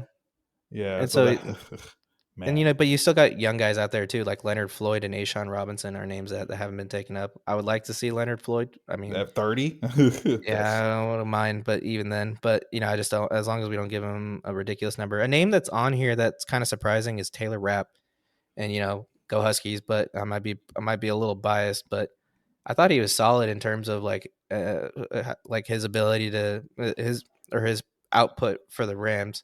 It's yeah, kind just of not the surprising that they let him playmaker that go. they wanted him to be, kind of like that shining star to like, helm the new defense going forward, but unfortunately it's not the case. But yeah, 25 years old as a safety, I feel like that's a good get them young right there with a nice cheap deal if you like what you see from Taylor Rapp, but 25 years old, I don't know what else to say on him. Yeah, that kind of rounds out the players that are still out there, which is, not there's not a lot left, when you look at it from that perspective in terms of like um players you could build around, like Yeah. your Jermont Jones type, even Jermont Jones was probably ranked I think number 4 in terms of players on the on or no, it will let's see on this list where is he number 7. So, guys like that, when they're high up on the list, they're players that you can build around. Other guys that were top were like Jesse Bates, Mike McGlinchey, James Mhm. Bradbury, CJ Gardner Johnson, Orlando Brown, and Javon Hargrave. All those guys went the first day basically. Yeah, I mean, that's what's going to happen on those for that first wave. So this is the second wave. This is what you're getting. And I do know a lot of teams already have like solid cores in areas. Like we're trying to build our core, but you don't want to necessarily keep. We've already done this on the Seahawks of like always taking up older vets, and like it's worked, but then like late as of late, it hasn't worked It's a as best as it band-aid. could have been. Yeah, it's a band aid at Yeah. best. So sometimes it could be something good. Like Bruce Irvin was looking good, but at the end of the day, Bruce Irvin's 36. Yeah. Had to let him go. So unfortunately, love you, Bruce Irvin. Hopefully, you can come back like on the staff or something like that. That'll be pretty cool. And But there is a yeah, precedent for it. Nico Thorpe is now on our staff. indeed. So But that kind of rounds off this list. I mean, there's still players out there, but your big hitters are gone. Your headliners, yep, unless all there's gone. unless there's major trades that happen ahead of the draft. I think I think at this point, your trade. I think we've gotten a good chunk of those trades out of the way because there were some big trades that already happened. But like we got the only trade left, right, is just the Aaron Rodgers one. Whatever that D compensation Hop. is, D Hop, yeah, D Hop is another one that's like I've heard rumors of a trade happening because they don't want to pay that, but if they do keep him, it's still a solid receiver to have. It brings Um, him back home to Texans. right. That'd be so funny. I don't think he's going back to the Texans though. I don't know where he would go next. We don't have the funds to, sign him ourselves. He will be. No, Oh and my it wouldn't gosh, make he'll sense be. for us because we have uh, Tyler Lockett and Tyler DK Lockett would just be. Metcalf. I'll put him in the slot in a heartbeat because Oh he yeah, can. He but like can. He's a good route runner. yeah, that's true. But we already have like the DK Metcalf that's kind of in that similar mold as well in Oh, terms of like that's fine. the You'll have physical. now. You have DK Metcalf and D Hop. It That's doesn't true. matter who you throw it to. You got There two have been teams people. that have made that work too, so that's fair. There's precedent for that. Because what do you say about the Miami Dolphins where they got all those receivers over there? Come on Yeah, now. but they're different style receivers, right? Like Tyreek ain't no, but there isn't another Tyreek Hill on that wide receivers room. True, but I will take those like physical. I guess you could say the physical like red zone threats that we have. Oh Like, yeah, well, we've always think about struggled in the DK red Metcalf zone. is more than a red zone threat, obviously, but man, especially like late in the season, especially no, definitely the playoffs. We were definitely just like throw him the ball. I was like, oh, finally, we're finally throwing him the ball multiple times because like Yeah, we can do that, right? But yeah, anywho, um, yeah, we'll see what happens. We'll see what happens with yeah. all these teams, man. I But mean, I think that's all we had for today's podcast. So, unless you had anything else you wanted to talk I about football have related, what do you nothing have left? else. All I I have got is nothing left in the n- tank. I n- gave it my all, I my gave blood, everything I sweat, had, tears. and it still wasn't enough. But I Any hate last things before adulting. we sign off? Yeah, I hate adulting. I would like a couple $1 million that I've been seeing all these millions being thrown around. Can you just like funnel? This chump change for the NFL. Right, it's chump change. Commissioner Gordon, like like the commissioner's getting a new like. Goodell. You said I said Commissioner. Gordon. I was You thinking said of Commissioner Batman for. Gordon. I said. I just finished reading that the graphic novel Dark Knight Returns. Ooh, It's one that's of a the good one. classic ones, Oh yeah, man. and That's so why I I was just like, finished it. why did I say Gordon? It's just like Commissioner Gordon, right? Yeah, But yeah. Now I kind of want to go play the Arkham games again. I actually have not played them fully through. I've played a little bit of it. Definitely need to play that. But That's a good one. again, hate adulting with like a couple $1 million, and then finally, we definitely as a Seahawks team went out in free agency. But then it also begs the question of like, is this kind of like the end for Pete Carroll coming up pretty soon? Because he's the oldest head coach, I believe, in the league at the moment. But what's like prompting this I don't know. besides age? Like I just feel like with these recent, like we've never done this before, and I feel like we're coming up to like the last part, We like the did do this last before. hoorah. It's just it has been a long time since we didn't have like a Russell Wilson at quarterback. This is the same moves we were making like leading up to drafting Russ. I mean, yeah, this is true, but that was when like he came. That was when he was still early with the Seahawks, and you knew he was going to be there. But like at this stage, though, it's like I Actually, don't like early in his career, Pete was like he was on the hot seat until they kind of like hit the home run with like the drafting, and then like they brought in guys like Cliff Averill and Michael Bent and those guys. yeah. So But yeah, age is fair, but it'll be I'm interesting not going to if just use age. Age is one thing, but like it's just like I I just feel like he feel can. like I feel like he could still beat me in a race. I mean, that man looks youthful. very youthful, if you will. But no, that's all I had on my end, though. Yeah, that's for me. I mean, I would like the Seahawks to make more moves, but we've kind of used up all of our cap space, even though we went out and cut Al Woods. But there are like I said earlier, there's a lot of non Zeke running backs out there. Obviously, I don't want Zeke here to be very mediocre on a lot of money. So, hopefully we go out there and maybe make some surprise moves. There's still a lot of cap kung fu we can do to maybe get some guys in. So I'm looking forward to it.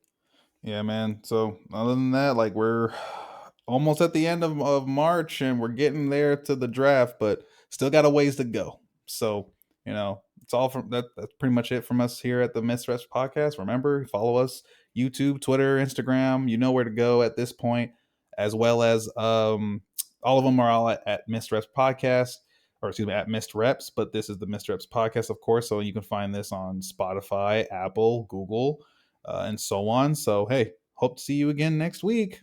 Peace.